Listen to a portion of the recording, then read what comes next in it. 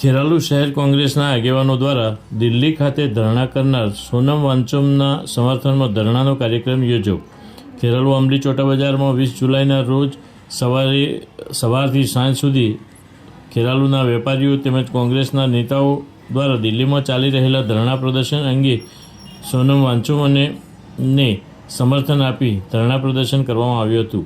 આ ધરણા કરતી વખતે નેતાઓએ કેન્દ્રીય શિક્ષણ મંત્રી ધર્મેન્દ્ર પ્રધાનનું રાજીનામું માંગ્યું હતું અને કોંગ્રેસના આગામી કાર્યક્રમનું સમર્થન કરવાની પણ જાહેરાત કરી હતી। આ પ્રસંગે કોંગ્રેસ નેતા અને વેપારી મંડળના પ્રમુખ મુકેશભાઈ દેસાઈ અને કોંગ્રેસ અગ્રણી રણજીતસિંહ પરમાર સહિત ખાનાભાઈ પરમાર અને શહેર પ્રમુખ વિજયભાઈ દેસાઈ સહિત નગરસેવક છગનભાઈ પટેલ, નગરસેવક કેશુભાઈ પટેલ સહિત મુસ્લિમ અગ્રણી આલમખાન બહેલીમ અને કિરીટભાઈ દેસાઈ સહિત અનેકવિધ નેતાઓ ધરણામાં જોડાયા હતા।